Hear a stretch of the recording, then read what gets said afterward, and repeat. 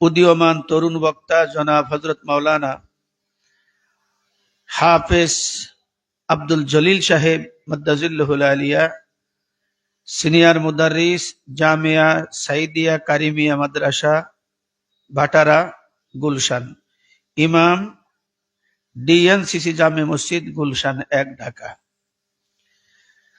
আমার পূর্বে আলোচনা করেছেন জনাব হযরত মাওলানা মুফতি হাবিব বিন সুলাইমান বগুড়া, সিনিয়র শিক্ষক, দারুস সুন্নাহ মাদ্রাসা।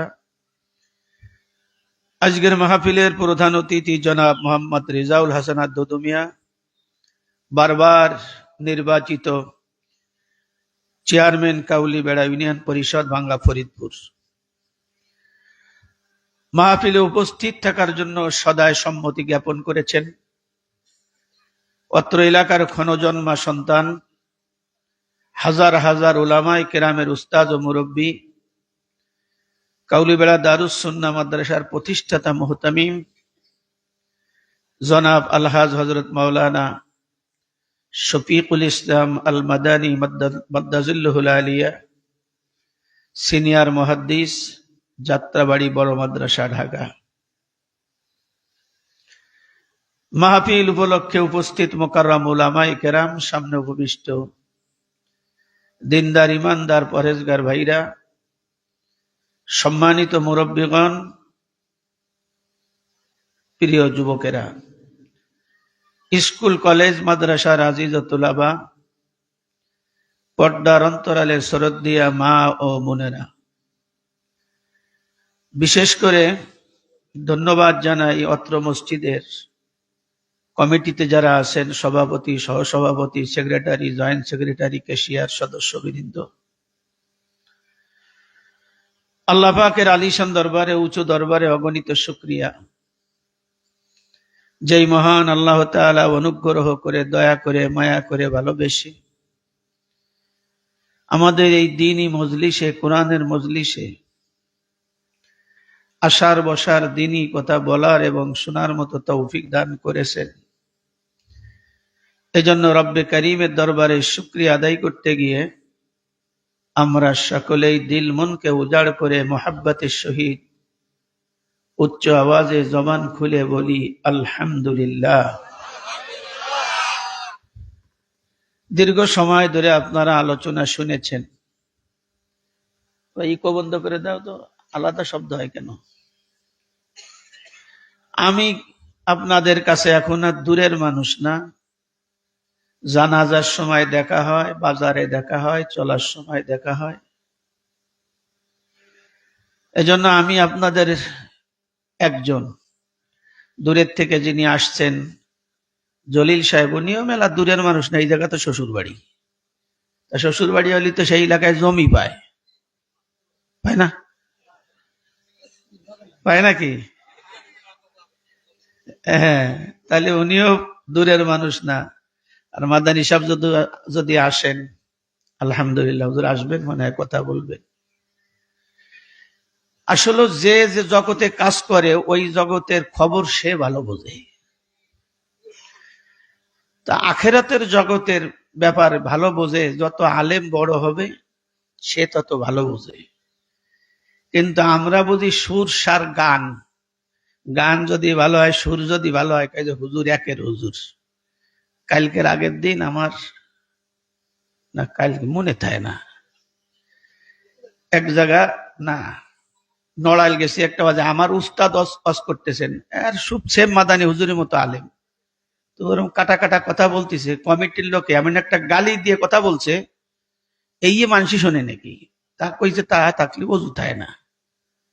পরে আমি যাই মোটামুটি যা কওয়া দরকার তারে কইছি। পরে হুজুরের কাছে মাফ চাইছে, হুজুর এই ভাষাটা আমি কইছি।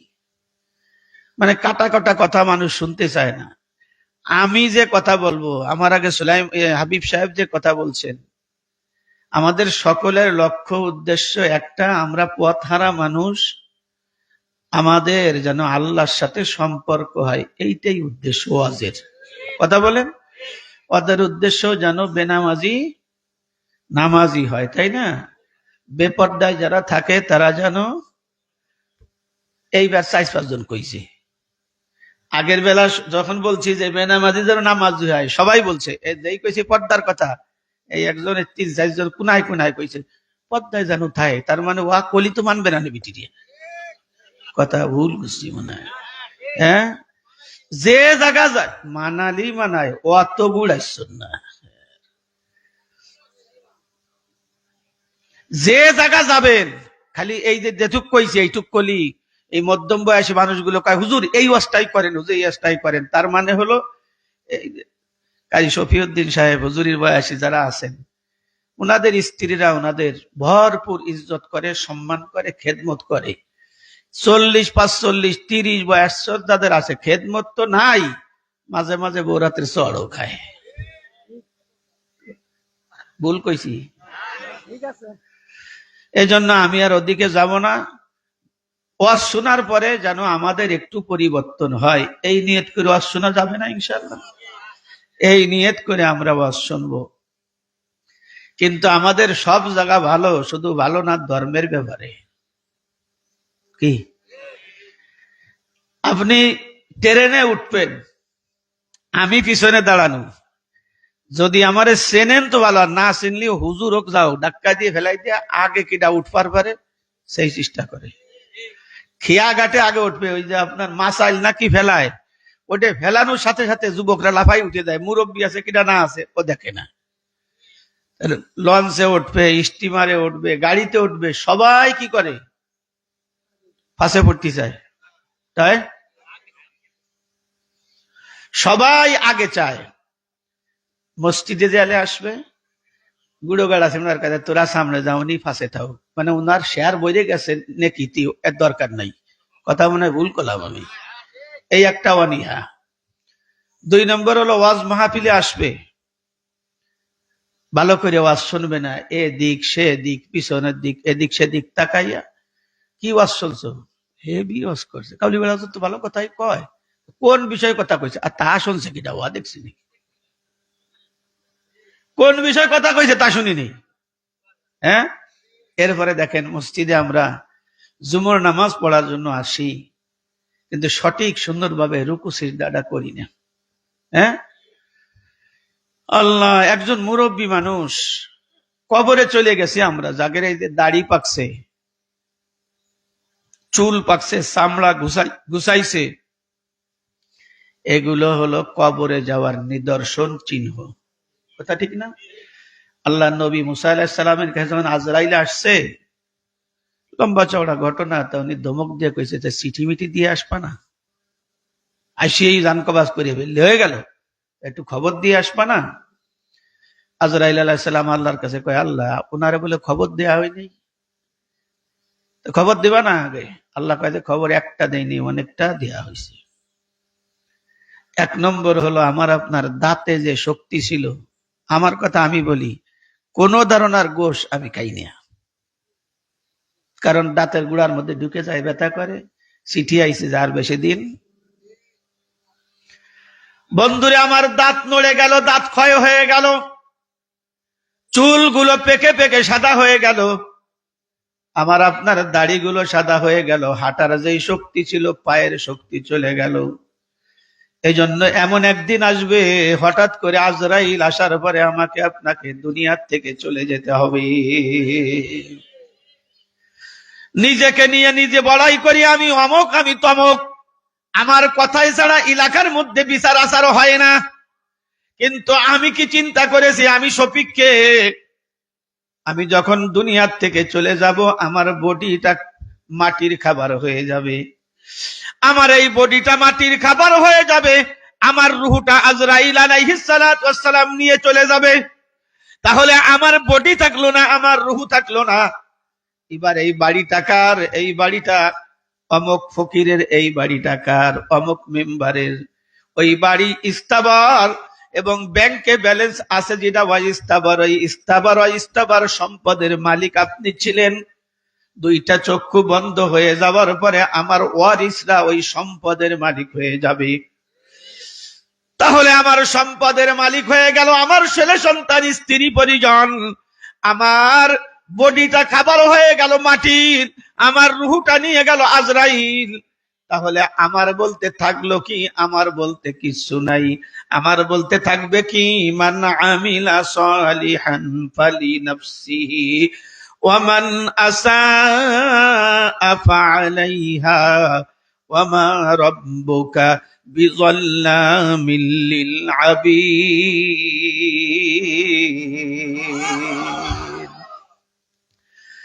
আমার বডি আমার থাকবে না, আমার রুহু আমার থাকবে না, আমার জায়গা জমিন আমার থাকবে না। আমার বলতে থাকবে শুধুমাত্র আমি যেই নেক আমল করেছি। কথা বলেন ঠিক কিনা? নেক আমল ছাড়া আমার কবরের সাথে কিছুই হবে না। আমাকে আপনাকে যখন কবরে রাখবে, কবরে রাখার পরে দোস্তরে মানুষজন যখন মারা যায়, মানুষের দর্শন শক্তি, দেখার শক্তি থাকে কিন্তু অনুভূতি থাকে না।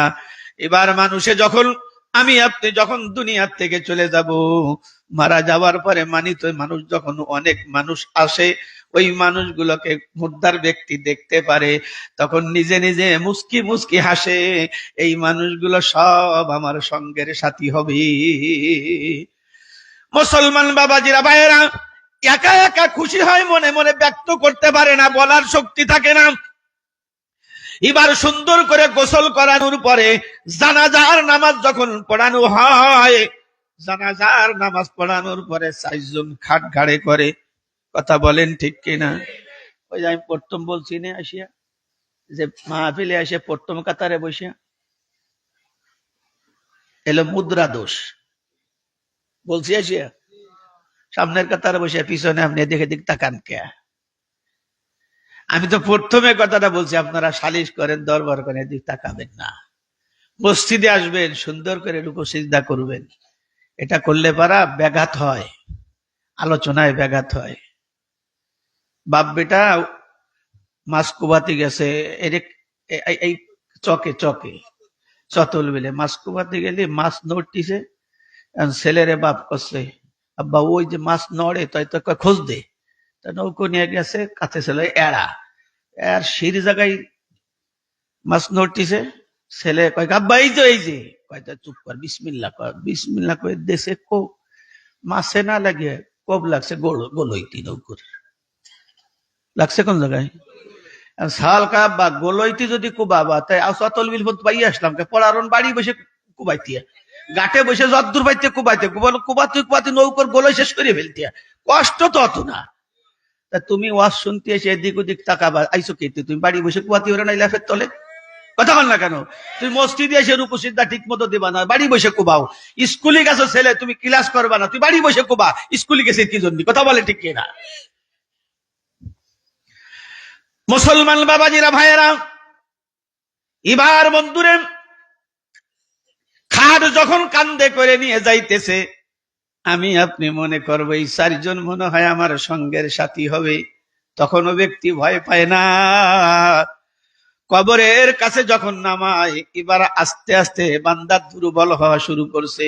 বাড়ি ভরা যেই মানুষগুলো দেখেছিল, কেউ তো আমার সাথে আসলো না, আইছে 4 জন।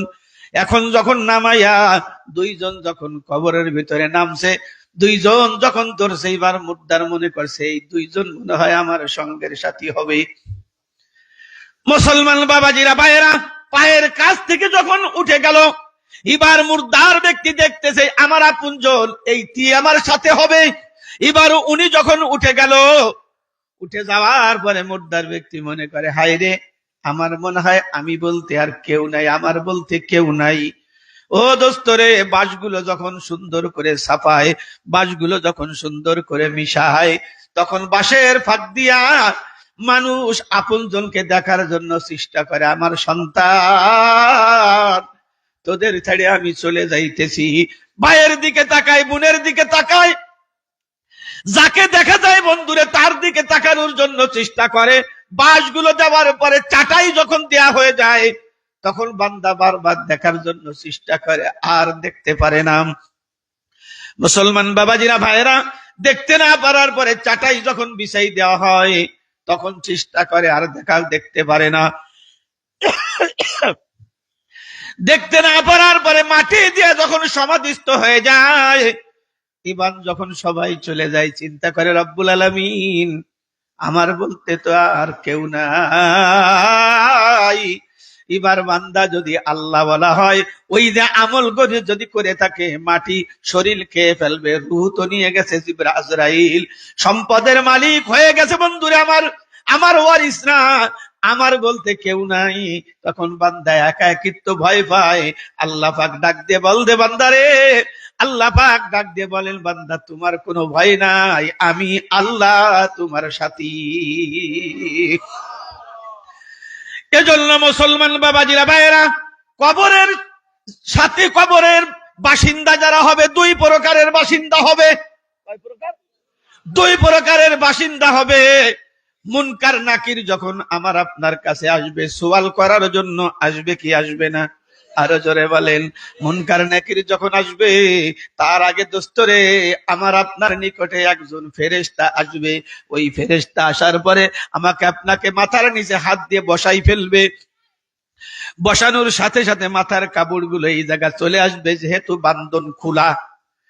এবার বন্ধুরে ওই ফেরেশতা বান্দাকে জিজ্ঞেস করে, তুমি কোথায় ছিলে, কোথায় যাবে, এবং যেখানে তুমি যাইতেছো সেখানের পরিচয় পরিচিতি তোমার কাছে আছে কিনা। এবার যাত্রী তো হবে দুই ধরনের। ও মুসলমান, একটু বোঝানোর জন্য বলি, আপনি ঢাকায় যাবেন, মালিগ্রাম থেকে বাসে উঠেছেন, যে কোনো বাসে, বাসের নামের তো কোনো ইয়াত্তা নাই। এবার আপনি যখন বাসে উঠেছেন, বাসে উঠার পরে আপনাকে জিজ্ঞেস করছেন, ভাইজান কোথায় যাবেন, বলছেন আপনি জানি না। নামবেন কোন জায়গা, বলছে তাও জানি না। টিকিট করছেন কিনা, বলছে তাও জানি না। তাহলে সুপারভাইজার আপনাকে সম্মান করবে? মাশাআল্লাহ, বুঝতেছেন? সুপারভাইজার বলবে আপনার নেওয়া সম্ভব হবে না, মনে হয় আপনার মাথায় সমস্যা। এজন্য বন্ধুরে হেল্পারকে বলবে নামাই দাও। একে নিয়ে ঢাকা পর্যন্ত যাওয়া যাবে না। আর যদি গভীর রাতের নাইট কোচ হয়, মনে করবে পথের পায়খানা পিসাবের নাম নিয়ে হয়তো ডাকাতি করতে পারে, এই জন্য একে নেওয়া যাবে না। এই কথাগুলো যে বললো, এ তো বৈধ যাত্রীরা, অবৈধ যাত্রী কথা কি বোঝা যায়? আমি কোথায় কি বোঝাবো? পক্ষান্তরে আপনি ঢাকা যাবেন, আপনি উঠেছেন, 200 টাকা দিয়ে টিকিট কেটেছেন, আপনাকে বলছেন যাবেন কোন জায়গায়, সাইদাবাদ যাব, যাত্রাবাড়ি যাব, গুলিস্তান আপনার গন্তব্য স্থান। বললেন টিকিট কাটছেন নাকি, বলবেন এই যে আমার টিকিট। ঠিক আছে, বসে থাকেন। আপনি উঠছেন কোন জায়গা থেকে? এবার বলে দেখলেন না, উঠলাম তো মালিগ্রাম থেকে।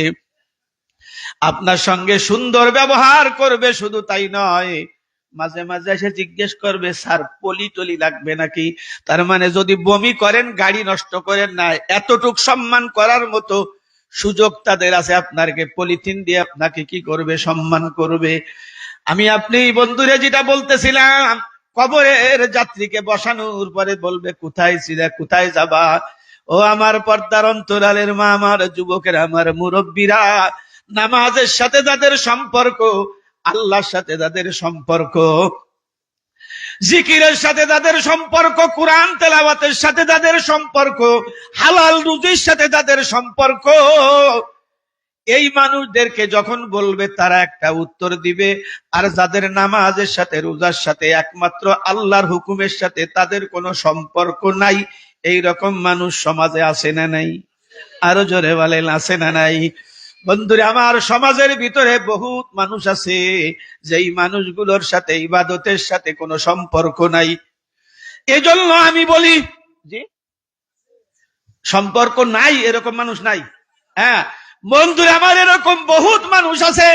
এবার তোমার অবস্থানটা কি একটু দেখো। সমাজের ভিতরে, দুনিয়ার মধ্যে, আসমানের নিচে, জমিনের উপরে সবচাইতে সম্মানী হলো মানুষ। কথা বলেন না কেন? এবার এই মানুষকে যদি আপনি আলাদা আলাদা করে একটা বিচার করেন, তাহলে দেখা যাবে মানুষের ইজ্জত কোন জায়গায়। হাটে বাজারে বন্ধুরে গরুর পাও বিক্রি হয়, হয় নাকি? হাটে বাজারে গরুর পাও বিক্রি হয়, মাথা বিক্রি হয়, ভুড়ি বিক্রি হয়, হয় না? মনে হয় ভুড়ি বিক্রি হয়, চামড়া বিক্রি হয়। এবার মাওলানা শফিকে দেশে ওর কেউ নাই, জন্য পাও যদি কাটি নিয়ে যান, কুম্পারে বিক্রি হবে। বিক্রি হবে না, কাটা কাটে বিক্রি তো হবে না, বরঞ্চ আপনি খুনের আসামি হবে। কার পাও কেটে নিয়ে এসো।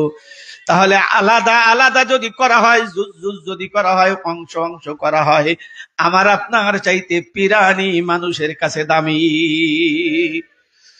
আমার আপনার ভুড়ি বাজারে নিলে বিক্রি হবে, বিক্রি হবে না, তাহলে আমার ভুড়ির দাম নাই, পায়ের দাম নাই সমাজে। এখন দাম হবে কোন জায়গায়? দোস্তরে আমার, যেই ব্যক্তি ইবাদত বন্দেগী করবে ওই ব্যক্তি আল্লাহর কাছে দামি হবে। এই জন্য আল্লাহ পাক কোরআনে কারিমের মধ্যে বলেন, যারা ইবাদত চেনে না, আল্লাহর হুকুম যারা মানে না, তাই পুরুষ হোক মহিলা হোক, এদের অবস্থানটা কোথায়? আল্লাহ পাক কোরআনের মধ্যে বলেন, ওয়ালাকাদ যারানা লিজাহান্নামা কাসীরাম মিনাল জিন্নি ওয়াল ইনস লাহুম কুলুবুন লা ইয়াফকাহুনা বিহা ওয়া লাহুম আ'য়ুনুন লা ইউবসিরুনা বিহা ওয়া লাহুম আযানুন লা ইয়াসমাউনা বিহা উলাইকা কাল আনআম বাল হুম আদাল উলাইকা হুমুল গাফিলুন। আরো জোরে বলেন আল্লাহু আকবার। মহান রব্বুল আলামিন বলেন, আমি আল্লাহ অধিক মানুষ আর জিনের জন্য জাহান্নাম তৈরি করে রেখেছি। অধিকাংশ জিন আর মানুষের জন্য আমি জাহান্নাম তৈরি করে রেখেছি। কাদের জন্য? অনেক মানুষের জন্য এবং অনেক জিনের জন্য আমি আল্লাহ কি তৈরি করে রেখেছি? জাহান্নাম তৈরি করে রেখেছি। এই মানুষগুলো কারা? আল্লাহ বলেন, লাহুম কুলুবুন লা ইয়াফকাহুনা বিহা, যাদের অন্তঃকরণ আছে, ধী শক্তি আছে, বুঝ শক্তি আছে, যারা বুঝেও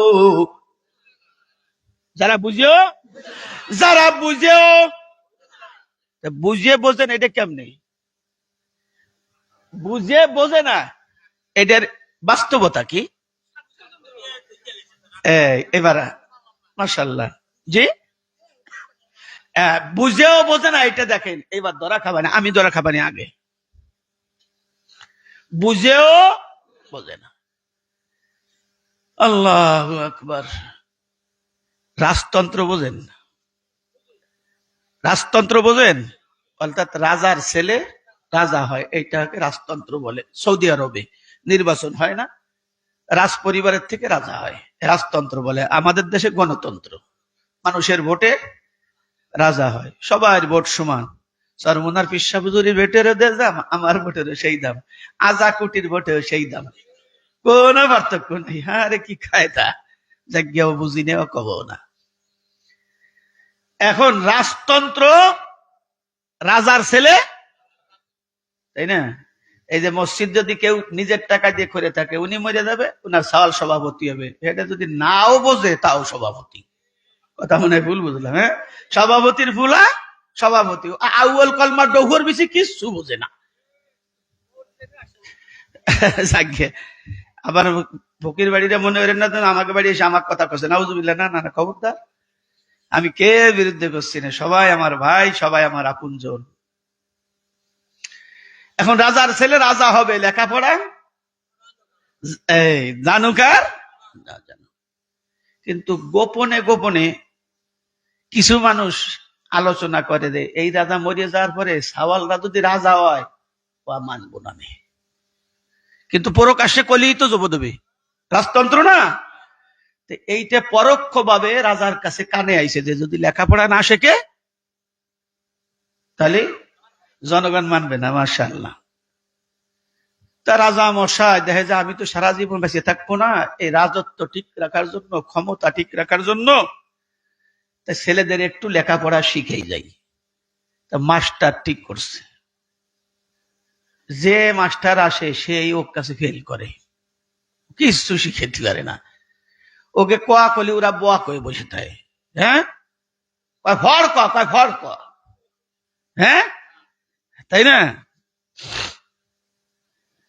শেষ পর্যন্ত রাজা একেবারে বেকায়দায় পড়ে বিজ্ঞপ্তি দিয়েছে যে আমার 3 ছেলের যে কোনো একজনকে কোন রকম যদি একটু আক্ষরিক সরোয়া সরেয়া আলিফ বা ক খ কোন রকম শিখাতে পারে, তারে রাজধানীতে বাড়ি দেব এবং কয়েক বিঘে জমি দিয়ে দেব যদি কোন রকম শিখাইতে পারে।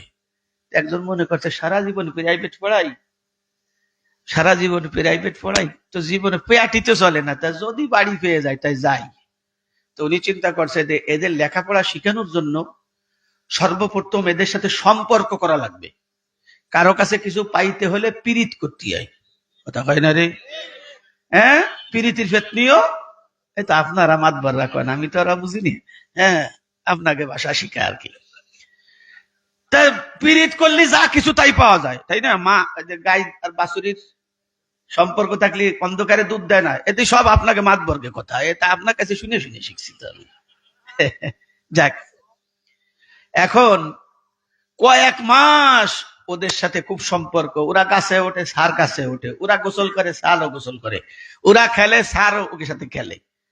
5-6 মাস পরে ওরা সার পায়খানায় যায়, ওরা দরজায় বসে থাকে, এমন পীড়িত হইছে সার মনে করছে এইবার ঠিক আছে চলো ঘুরতে যাই শহরে, ঘুরে টুরে আইসে এখন বলছে চলো মিষ্টি কাটি যাই। কয় চলেন স্যার, আপনি খাওয়াবেন, সমস্যা কি?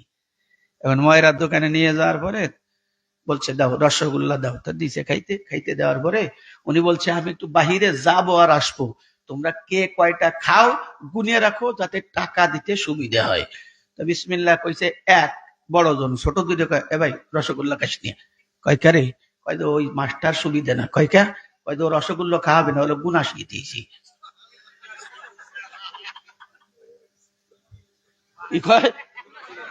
ও আমাকে গুণা শিখে বাড়াইছে, আমরা কি এত বলদ?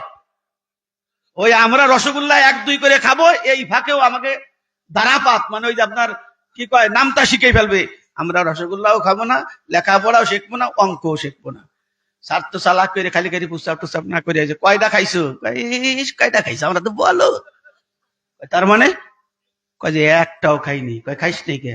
কয় স্যার আমাকে বাড়ি থাই আপনি আমাদের ধোকা দিবি স্যার। কয় তার মানে? কয় যে আপনি তো রসগোল্লা খাবার আনেন না, আপনি তুমি এক গুণা শিয়ে দিয়েছেন, রসগোল্লাও খাবো না গুনাও শিখবো না। ওর আল্লাহ, স্যার মাথায় কয় যে ও খোদা এত জিব্রাইল আসলে কে শিখতে পারবে না, এ কি ফাজিলির ফাজিল কথা বলেন। মুসলমান বাবাজিরা ভাইয়েরা, পর্দার অন্তরালের মা আমাকে আপনাকে কথা বুঝতে হবে।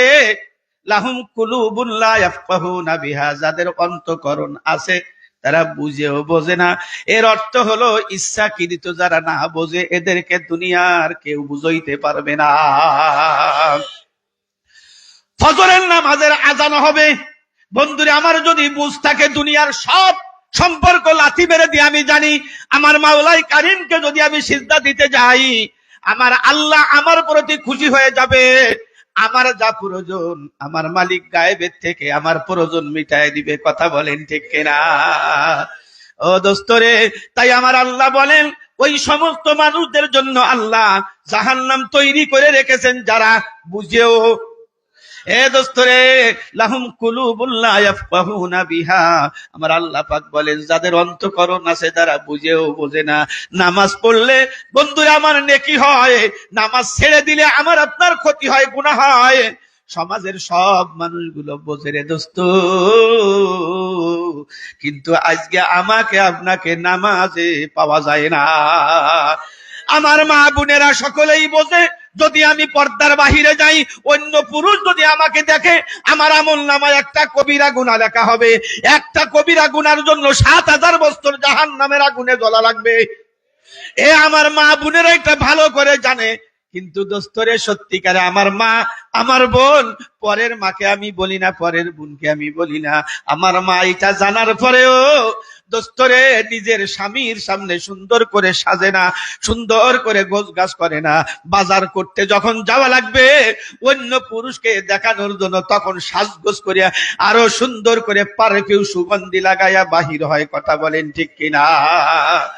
মহিলাদের জন্য সুগন্ধি ব্যবহার করা হারাম। অর্থাৎ বন্ধুরা সুগন্ধি ব্যবহার করে বাহিরে যাইতে পারবে না, এমন জিনিস ব্যবহার করবে যার ভিতরে ঘিরান নাই। আর যদি বন্ধুরে ঘিরান লাগাইয়া বাহিরে যায়, অন্য পুরুষ যদি ওই মহিলার গায়ের ঘিরান পায়, তাহলে ওই মহিলার আমল নামায় জিনার গুনাহ লেখা হয়। কিন্তু দোস্তরে নিজের ঘরের ভিতরে স্বামীর কাছে সাজে না, যখন বাজার ঘাট করতে যায় সুসজ্জিত হইয়া এমন ভাবে পারফিউম, এমন ভাবে বন্ধুরে বিদেশি আরে ও তো আমি নাম জানি আর স্প্রে, এমন ভাবে স্প্রে মারছে দোস্তরে, গরু ঘাস খুইয়া, ওরে আল্লাহ রে, গরুতেও ঘিরান পায়। মানুষ তো বাড়ির কাছে ভাইজান বেশি কথা বলার জন্য নয়, যেহেতু নুন খাই গুন গাই, আপনার দেশের ভাত রুটি খাই, এজন্য আমার দায়িত্ব হাতে ধরে পায়ে ধরে বলি, মা যদি বাহিরে আপনাকে যেতেই হয় তাহলে অবশ্যই পর্দার সাথে যেতে হবে। কথা বলেন ঠিক কিনা? এজন্য আজকের থেকে আমরা ইচ্ছাকৃত ভাবে আল্লাহর নাফরমানি করব, আল্লাহর নাফরমানি করব না। যারা 14 বছর বয়সের চাইতে একটু বেশি, আমরা অবশ্যই ইনশাআল্লাহ একজন আর একজনকে নামাজের জন্য ডেকে নিয়ে যাব। পারবো কি পারবো না? আমার স্ত্রীকে মেয়েদেরকে বলবো তোমরা একটু নামাজ পড়তে জাগো, মেয়েদেরকে জাগাবো, ছেলেদেরকে জাগাই দিব। কিন্তু আমার আল্লাহর চাইতে এখন বর্তমান মা এবং বাবা আল্লাহর চাইতে হইছি বেশি দরদি। কেমনে দরদি হইছেন? সামনে রোজার মাস আসতেছে, ছেলের পরীক্ষা, যদি রোজা থাকে ও দুর্বল হয়ে যাবে, শরীর নষ্ট হয়ে যাবে। নতুন জামাই আইছে, ফজরের নামাজ পড়তে জামাইকে ডাকা যায় না, এজন্য আমি একা একা গোপনে গেছি, এমন ভাবে দরজা খোলে, দরজায় যেন শব্দ না হয়। কথা মানে ভুল কইছি?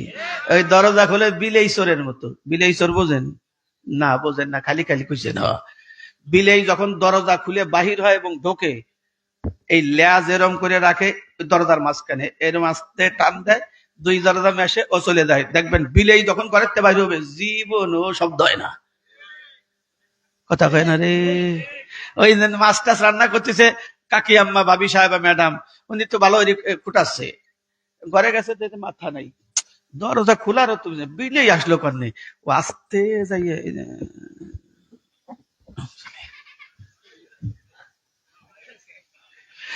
ছেলেকে ডাকি না, জামাইকে ডাকি না, বন্ধু বিলাই চূড়ার মতো ঘরের মধ্যে থেকে বাহির হই। তবে দোস্তরে কিয়ামতের ময়দানে আমাকে আপনাকে আল্লাহর কাছে কিন্তু জবাবদিহি করা লাগবে। তুমি মাতবরি করছো, তুমি তোমার সন্তানের অভিভাবক ছিলা, তুমি তোমার স্ত্রীর অভিভাবক ছিলা, তুমি তোমার মেয়ের অভিভাবক ছিলা। তোমার মেয়েকে তুমি পর্দা সহকারে চালাইছো কিনা, তোমার স্ত্রীকে পর্দা সহকারে চালাইছো কিনা, তোমার মেয়েকে তুমি পর্দা সহকারে চালাইছো কিনা, নিজের সন্তানকে 7 বছর হলে নামাজের কথা বলছো কিনা, 14 বছর 10 বছর হওয়ার পরে তুমি তার বিছানা আলাদা করে তাকে নামাজের কথা বলছো কিনা। এরপরে যদি নামাজ না পড়ে তাহলে তুমি মৃদু মোহাব্বতের আঘাত করছো কিনা। কিয়ামতের ময়দানে জবাব দেওয়ার কিছুই থাকবে না। ও মুসলমান, তখন বাধ্য হব, রব্বুল আলামিন কি করছি কিছুই তো আমার জানা নাই। তখন দোস্তরে নিজেকে নিজের কারণে জাহান্নামে যাওয়া ছাড়া উপায় নাই। আমি বলতেছিলাম বন্ধুরে, টিকিট কেটে যখন আপনি উঠেছেন, মনে আছে কথা, কবরের যাত্রী 2 ধরনের হবে। এবার টিকিট কেটে যে ব্যক্তি উঠেছে তাকে বলবে আপনাকে সম্মান করা হবে, আর একজনকে বলছে কোন জায়গাতে উঠছেন, বলছে জানি না, তাহলে অবৈধ যাত্রী, এটাকে কবর থেকে বন্ধুরের গাড়ির থেকে নামাই দেবে। কথা বলেন ঠিক কিনা? মুসলমান, ওই যে ব্যক্তি আমি আপনাদেরকে বলেছিলাম, আমি আপনি যখন কবরে যাব, মুনকার নাকির আসার আগে আমার আপনার কাছে একজন ফেরেশতা আসবে।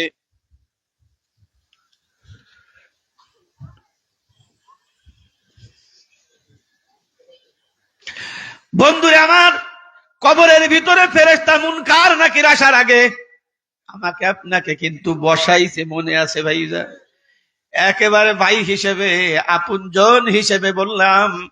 এবার বন্ধু, যারা নামাজের সাথে সম্পর্ক নাই, ওই যেটা বললাম, ইচ্ছা করে যারা ইবাদত করে না, পুরুষ হোক আর মহিলা হোক, এবার ফেরেশতা জিজ্ঞেস করবে কোথায় ছিলে বলছে জানি না, কোথায় যাবে বলছে তাও জানি না, লা আদরি জানি না। কোথায় যাইতেছো?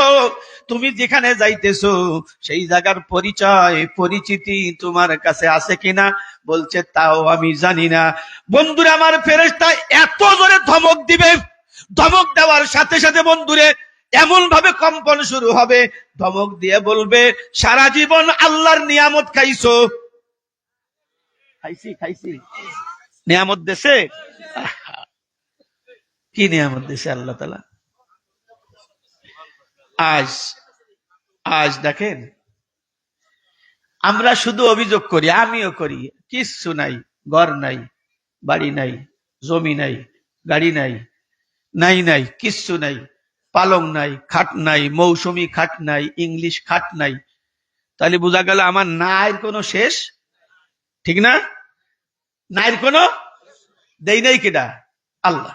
আমারে কিচ্ছু দেয়নি আল্লাহ, না ফারমান। কথা বলেন, না শুকরি করলো। এবার যদি আমি কোনো কিছু চিন্তা না করি, 1 নম্বর আল্লাহ সুস্থতা দেশে কয় টাকা দিয়ে কিনা যায়? এ যারা অসুস্থ না হইছে কোনদিন বোঝানো যাবে না। আপনারা অনেকেই চিনবেন, নাম বললেই কোন মাইটনে নিবেন। ওই যে শেখপুরা বাড়ি বানাইছে, কাউলি বাড়ি ছিল মজিবর, ওই যে ছাগল বিক্রি করে কেনে, কয়েকদিন আগে স্টক করছিল। আপনারা শুনুন, আজকে আসরে পরে নানা বলি আমি, বড় হুজুরদের নাতি হয় সেই হিসেবে আমারও নানা কয়, আমিও নানা কয়। এক বয়সে নানা শরীর কিরম লাগে,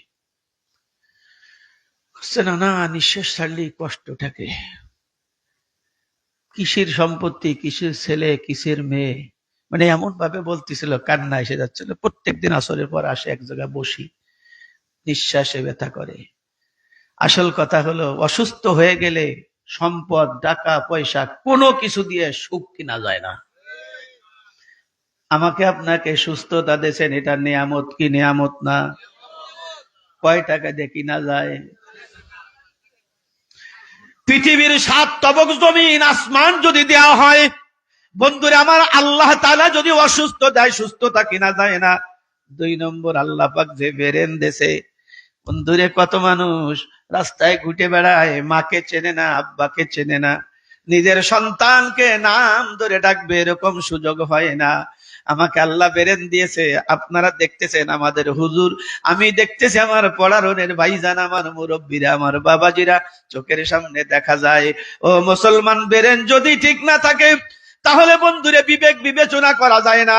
এই বেরেন ঠিক আছে, 2 নম্বর আমার চক্ষু দিয়েছেন আল্লাহ, এই চক্ষু দিয়ে আমার মাকে আমি দেখতে পারি, আমার আব্বাকে দেখতে পারি, আমার আল্লাহর সৃষ্টি বন্ধুরে, আমার আসমান জমিন দেখতে পারি, কত কিছু দেখতে পারি। এই চোখ টাকা দিয়ে কিনা যায় না বন্ধুরে, আমার বেরেন টাকা দিয়ে কিনা যায় না, চোখ টাকা দিয়ে কিনা যায় না। কথা বলেন না কেন? জিহ্বা টাকা দিয়ে কিনা যায় না, কথা বলেন ঠিক কিনা? হাত পা সুন্দর করে সুস্থ রেখেছেন, এটা টাকা দিয়ে কিনা যায় না। 2 নম্বর, আমার আপনার ভিতরে হার্ট, ওই যে হার্ট অ্যাটাক করে, যেটাই বন্ধুরে পালসার করে আমার হায়াত কি বলে, আমার রুহ যাওয়া আসা করে, এই হার্ট বন্ধুরে এইটা কি টাকা দিয়ে কিনা যায়? বর্তমান চায়না কোম্পানি হার্ট তৈরি করছে, দাম মাত্র 3 কোটি টাকা, মেয়াদ হলো মাত্র 5 বছর। কয় কোটি? 3 কোটি টাকা দিয়ে বন্ধুরে 5 বছরের জন্য কিনা যায়। তাহলে কাউলি বেড়া যারা আমরা আছি, কয়জন কিনতে পারবো? সবাই মিলে তো একটা কিনতে পারবো না। 3 কোটি টাকা কিনা দেবেন?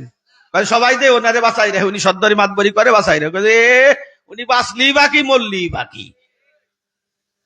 এজন্য আল্লাহ বেরেন দিয়েছেন সুস্থতা, চোখ দিয়েছেন দেখতে পারি, নাক দিয়ে নিঃশ্বাস নিতে পারি, জিহ্বা দিয়েছে আল্লাহ স্বাদ উপভোগ করতে পারি, পাও দিয়েছে চলতে পারি, হাত দিয়েছে চলতে পারি, হাত দিয়ে ধরতে পারি। এইরকম এক একটা যদি দেখি তাহলে বন্ধুরে আমি আল্লাহ আমাকে দেই নেই ওই অভিযোগ আসবে না। শুধু দেখবো যেদিকেই তাকাই শুধু আমার আল্লাহর নিয়ামত। এবার ধমক দিয়ে বলবে সারা জীবন আল্লাহর নিয়ামত ভোগ করেছো আর আল্লাহর ইবাদত করো নাই, একটু পরে মুনকার নাকিররা আসবে, কবরের প্রশ্নের উত্তর তুমি দিতে পারবা না, তোমার কবর থাকবে না, তোমার কবরটা জাহান্নামের গর্ত হয়ে যাবে। বন্ধুরা আমার, ভয়ে একেবারে বিহুবল হয়ে যাবে, ছোট্ট হয়ে যাবে, আর চিন্তা করে মুনকার নাকির যেন না আসে। কিন্তু মুনকার নাকির আসবে কি আসবে না? সকলের কাছে আসবে, কথা বলেন ঠিক কিনা? এই জন্য দোস্তরে 2 নম্বর, তাহলে ওটা হলো অবৈধ যাত্রী, কবরের যাত্রী, ইবাদতের সাথে সম্পর্ক নাই। 2 নম্বর, আমি আপনি এমন যাত্রী, কিছু পারি আর না পারি, মাদ্রাসা মসজিদে যাই, ফজরের সময় সূরা জানি না, দোয়াই কুনুত জানি না, সবাই যখন নামাজ পড়ে বাহির হইছে, আল্লাহর কাছে বলছি, রব্বুল আলামিন, আমি সূরাও জানি না, আব্বা মা গরিব ছিল, মাদ্রাসা মসজিদ কাছে কাছে ছিল না, সঠিক সুন্দরভাবে আমি পড়তে পারি নাই রে মালিক, আমি তোমার কাছে কি দিব? চোখের পানি ছাড়া আমার তো তোমাকে দেওয়ার মতো আর কিছু নাই। দুনিয়ার মানুষ আর আল্লাহ দোস্তরে একরকম নয়। দুনিয়ার মানুষ, আপনারা যারা মাতবরি সর্দারি করেন, আপনারা সব সময় চিন্তা করেন ভিকটিম যারা, এই ভিকটিমকে কেমন করে দোষী সাব্যস্ত করে সাজা দেওয়া যায়।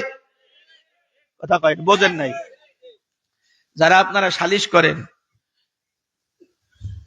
এই 2 জন মারামারি হচ্ছে, কার নাম কব আবার শেষে বেকায়দা হবে না? এ এলে মারছে, এ মাতবর্গের সাথে শিকায়ত করছে, নালিশ করছে, দরখাস্ত করছে। সকলে আপনারা চিন্তা করবেন একে কেমনে দোষী সাব্যস্ত করে শাস্তি দেওয়া যায়, জরিমানা দেওয়া যায়। কথা বলেন। কিন্তু দোস্ত, আমার আল্লাহ পাক এমন রহমান, এমন রহিম, বান্দার দোষের দিকে না তাকাইয়া শুধুমাত্র দেখে আমার বান্দাকে কোন সূরতে, কোন তরিকায় আমার বান্দাকে জাহান্নামের আগুন থেকে মুক্তি দেওয়া যায়। বন্ধুরা আমার, আল্লাহ রহমান, আল্লাহ রহিম, আল্লাহ সব সময় দেখে আমার বান্দাকে কেমনে মাফ করা যায়। কথা বলেন ঠিক কিনা? ছোট্ট একটা ওয়াকিয়া চলে আসলো, তাই বলে ফেলি। কিয়ামতের ময়দানে যেরকম কবরের যাত্রী 2 ধারণার হবে, কিয়ামতের ময়দানে দোস্তরে 2 ধারণার যাত্রী হবে। বলে দোস্তরে কে? এক দল হবে জাহান্নামী, এক দল হবে জান্নাতি। কথা বলেন ঠিক কিনা? বাংলাদেশের মতো এত দল থাকবে না, বাংলাদেশে কত রাজনৈতিক দল, সব দলের নামও আমরা জানি না। কথা বলেন ঠিক কিনা? শুধু কি সাধারণ মানুষ, আমরা হুজুরগের যে কত দল, এত দলের নাম আমিও জানি না। বন্ধুরা আমার, কিয়ামতের ময়দানে জান্নাতীরা জান্নাতে চলে যাবে, জাহান্নামীরা জাহান্নামে চলে যাবে। আল্লাহর রহমত কি রকম দোস্ত! এজন্য সব সময় বলবো, রব্বুল আলামিন, তুমি আমার প্রতি রহম করো। ও মালিক, তোমার দয়া ছাড়া আমি তো জান্নাতে যেতে পারবো না। তোমার দয়া না হলে মালিক কবরে প্রশ্নের উত্তর দিতে পারবো না। তোমার দয়া না হইলে পুলসিরাত পার হতে পারবো না। সব জায়গা কার দয়ার প্রয়োজন? জোরে বলেন আল্লাহ। জাহান্নামীরা জাহান্নামে চলে যাবে, জান্নাতীরা জান্নাতে চলে যাবে। একজন ব্যক্তি শুধু আছেন দোস্তরে, জান্নাতও পাই নাই, জাহান্নামও পাই নাই। যদি আমল না থাকে তাহলে তো জাহান্নামে যাওয়া লাগবে, আর যদি গুনাহ থাকে যদি আমল থাকে জান্নাতে যাবে। কিন্তু আমল এরকম বন্ধুরা, আমলও নাই গুনাহও নাই, সমান সমান অপরাধী। এবার বন্ধুরে কি করা লাগবে? জান্নাতে যাবে না জাহান্নামে যাবে, আমল নাই, শুধুমাত্র গুনাহ আছে। এই গুনাহগারকে বলবে, যাও ফেরেশতারা জাহান্নামে নিয়ে যাও। জাহান্নামে নিয়ে যাইতেছে কাকে? গুনাহগার ব্যক্তিকে যখন জাহান্নামে নিয়ে যাচ্ছে রে ভাই, আমার আল্লাহ রহমান, আমার আল্লাহ রহিম, আমার আল্লাহ কি? আরো জোরে বলেন। আল্লাহকে একটু ডাক দেই, আল্লাহ। বন্ধুরা আমার, দুনিয়ার নিয়ম আপনারা আমার চাইতে ভালো বুঝবেন। নিজের একটা ছেলে বিদেশ চলছেন, আব্বা যদি বিমানবন্দর পর্যন্ত যায়, তাহলে আব্বার একটা ভূমিকা আলাদা। রাস্তার থেকে এই জায়গা বাহির হইছে, কাউলি বেড়া আসার পরে তো দেখেছি এলাকার মানুষ তো তেমন চিনি না। ছেলে যখন বিদেশ যাবে, একবার নয়, 2 বার নয়, 3 বার আমি নিজের চোখে দেখেছি মা বেহুশ হয়ে গিয়েছে। মা বেহুশ হয়ে যাওয়ার পরে আবার ওঠে, আবার পড়ে। এবার আপনি বাবা হইয়া সঙ্গে যদি না যান, দেখবেন আব্বা মা সন্তানের দিকে কেমন করে তাকাই থাকে। এমন আব্বা আছে বুকের সঙ্গে জড়াই ধরিয়া আব্বা বলে, বাজান তুমি যাচ্ছ, আমার সাথে মনে হয় আর দেখা হবে না। বহুত মানুষ আছে দোস্ত, বিদেশ যাওয়ার পরে আব্বা আম্মা মারা গেছে, লাশ পর্যন্ত দেখতে পারি নাই, দাফন করতে পারি নাই। বুড়ো আব্বা আমার সময় সন্তানকে কপালে চুমো দিয়ে বলে, বাজার তুমি যাচ্ছ, আমার মনে হয় শরীরটা ভালো না, ডায়াবেটিস বাড়িয়ে গেছে, প্রেসার বেশি, খাইলে হজম হয় না, আমার মাথায় যত চুল, আল্লাহ তোমাকে যেন ততদিন বাঁচাই রাখে, তুমি মনে হয় বিদেশ থেকে আমার আসে আর পাবা না। মার চোখের পানিতে বুক ভেসে যায়, মা এরকম দেখতে থাকে, সন্তান দেখতে থাকে। এইরকম বহুত দুনিয়ার বাস্তব ঘটনা আছে। সন্তানের অথবা স্বামীর যদি ফাঁসির হুকুম হয়ে যায়, বারবার সন্তানের দিকে তাকায়, সন্তানদেরকে বলে যায়, তোমার মাকে আমি ভালো করে যত্ন করতে পারি নাই, তোমার মাকে আমি উল্লেখযোগ্য কাপড় চোপড় দিতে পারি নাই, গহনা দিতে পারি নাই। তোমরা অনেকগুলো ভাই অনেকগুলো ভাই বোন বড় ছেলেকে হাত ধরে বলে যায়, আমি তো চলে যাচ্ছি, ফাঁসির হুকুম হইছে, তোমার ভাই বোন দেখে রেখো, খবরদার ব্যবহারে কোনোদিন যাতে তোমার মা কষ্ট না পায়। মুসলমান বাবাজিরা ভাইয়েরা, এইরকম অপলক নয়নে যখন সন্তান আব্বা মার দিকে তাকায়, সন্তানের চোখ দিয়ে পানি পড়ে, মা বাবার চোখ দিয়েও পানি পড়ে। কথা বলেন ঠিক কিনা? এ মুসলমান, মা বাবা বলেন, আপনজন বলেন, পৃথিবীতে আল্লাহর চাইতে দয়া বন্ধুরে আর কেউ দয়াবান নাই, আল্লাহর মতো দয়ালু পৃথিবীর মধ্যে আর কেউ নাই। কথা বলেন ঠিক কিনা? বান্দাকে যখন জাহান্নামের দিকে নিয়ে যাইতেছে, যেটা আমার বলার উদ্দেশ্য, ফেরেশতারা তো আল্লাহর আদেশ এমন ভাবে মানে, এদিকে ফেরেশতারা কি আল্লাহর নাফরমানি করে? আল্লাহর হুকুম অমান্য করে? আল্লাহর হুকুম অমান্য করে না। আল্লাহ পাক যে আদেশ দেন, সেই আদেশ ফেরেশতারা বাস্তবায়ন করার জন্য চেষ্টা করে। কথা বলেন ঠিক কিনা? ফেরেশতারা ওই বান্দাকে জাহান্নামের দিকে নিয়ে যাইতেছে, মনে আছে নাকি? জাহান্নামের দিকে যাইতেছে, কিন্তু বারবার ওই বান্দা আল্লাহর দিকে ফিরে ফিরে তাকাইতেছে, বারবার ফিরে ফিরে তাকায়। ফিরে ফিরে তাকানোর পরে আল্লাহ পাক ফেরেশতাদেরকে বলবে, ফেরেশতারা আমার বান্দাকে একটু আমার কাছে নিয়ে এসো। নিয়ে আসার পরে বান্দা যখন রব্বে কারিমের সামনে দাঁড়াবে, আল্লাহ পাক জিজ্ঞেস করে, বান্দারে বারবার তুই ফিরে কি দেখিস, আমার দিকে বারবার তুমি তাকাও কেন? রব্বুল আলামিন ওই যে জাহান্নামের আগুন ধাউ ধাউ করে জ্বলতেছে, দুনিয়ার আগুনের চাইতে হাজার হাজার লক্ষ গুণ শক্তিশালী আগুন, ওই আগুনের মধ্যে যদি আমাকে ফেলে দেয়, আমার এই বডিতে ওই জাহান্নামের আগুন সহ্য করতে পারবো না। 2 নম্বর সূরা হুমাযার মধ্যে আছে, আল্লাতী তাত্তালিউ আলাল আফইদা, জাহান্নামের আগুন মানুষের শরীর জ্বলতে জ্বলতে দোস্তরে কলিজা পর্যন্ত জ্বলে যাবে। দুনিয়ার আগুন দিয়ে কোনো মানুষের কলিজা জ্বালানো যায় না। বলে হুজুর কেমনে জ্বালানো যায় না? তার কারণ হলো, কারো বডিতে যদি আগুন লাগে, পুড়তে পুড়তে কলিজায় আগুন লাগার আগেই বান্দা মারা যাবে। এই পর্যন্ত কলিজা পর্যন্ত পোড়া পর্যন্ত তার দেহে সহ্য করতে পারবে না, রুহ তার মধ্যে থাকবে না। কিন্তু দোস্তরে জাহান্নামের মধ্যে যাবার পরে মানুষ তো মরবে না।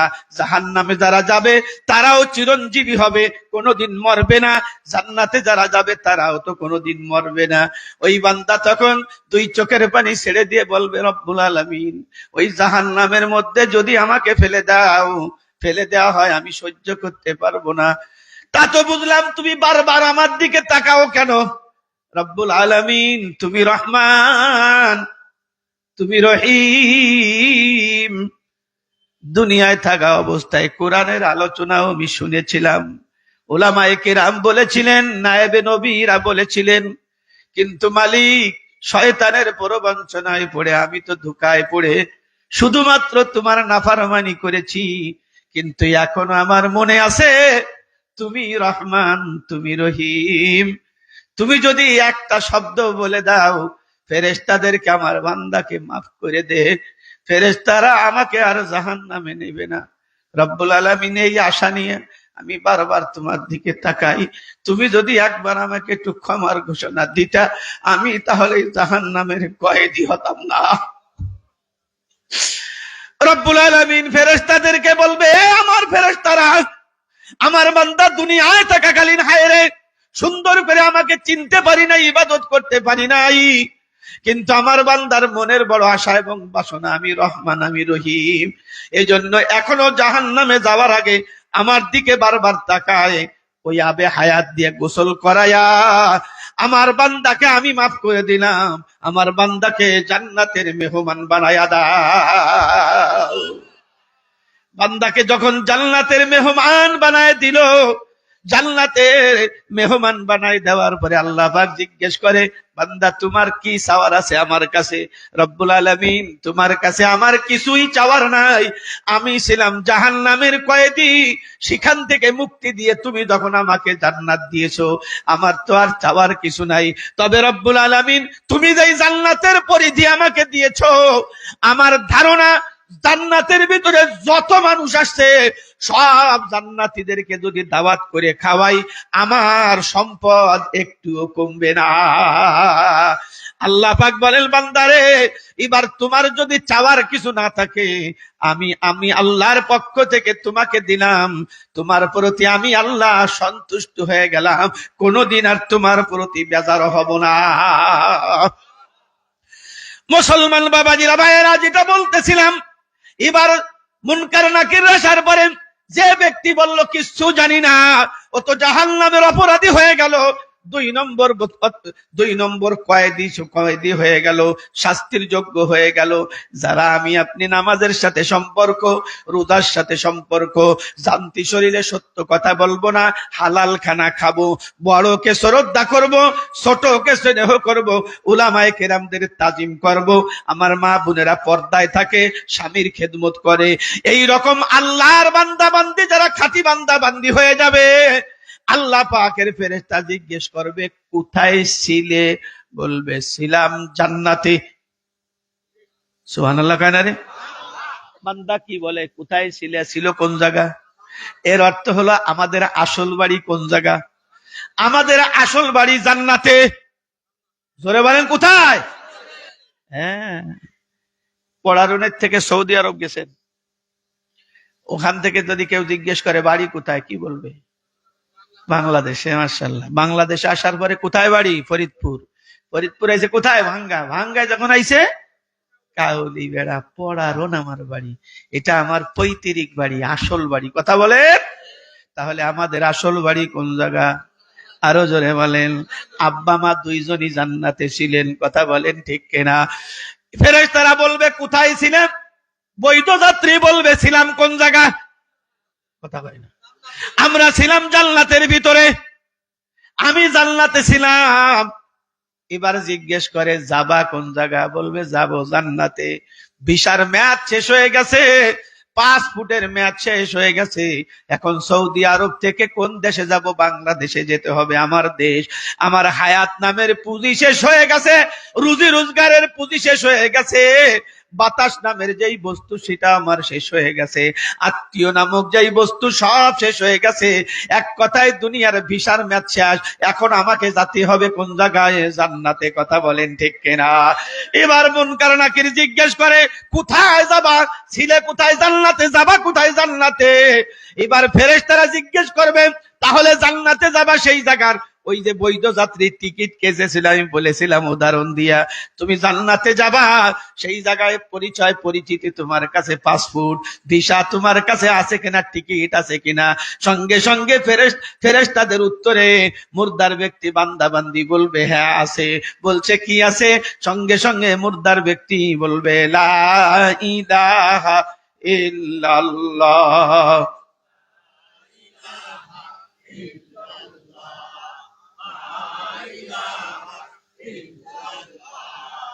لا إله إلا الله لا إله إلا الله لا إله إلا الله মুহাম্মাদুর রাসূলুল্লাহ সাল্লাল্লাহু আলাইহি ওয়াসাল্লাম। ছিলে কোন জায়গা জান্নাতে, যাবা কোন জায়গা জান্নাতে। এবার যখন এই লা ইলাহার শব্দ ফেরেশতাদেরকে শোনাবে, ফেরেশতারা বলবে তুমি বড় উত্তম, তুমি জান্নাতের মেহমান। একটু পরে মুনকার নাকিররা আসবে, প্রশ্নের উত্তর তুমি দিতে পারবা, অতএব তোমার আর কোনো চিন্তা নাই। সুবহানাল্লাহ বলেন, তোমার আর কোনো চিন্তা নাই। ফেরেশতাদের প্রশ্নের উত্তর যখন তুমি দিবা, দেওয়ার পরে তোমার এই কবর মাটির কবর থাকবে না, তোমার কবরটা জান্নাতের বাগিচা হয়ে যাবে। এজন্য দোস্তরে আমার, কবরের ভিতরে কয়টা প্রশ্ন করবে? 3টা প্রশ্ন করবে। এই কথাটা বলেই শেষ। এই কথাটা বলার পরে বন্ধুরা আমার, 1 নম্বর আমাকে আপনাকে কি জিজ্ঞেস করবে বলেন? মান, হ্যাঁ, তোমার রবকে, তোমার পালন কর্তা, লালন পালনকারী কে? আমার আপনার লালন পালনকারী কে? আরো জোরে বলেন, আমাকে লালন করেন কে, পালন করে কে? সুবহানাল্লাহ। এটা আসলে আমরা মানি না, বলি, হ্যাঁ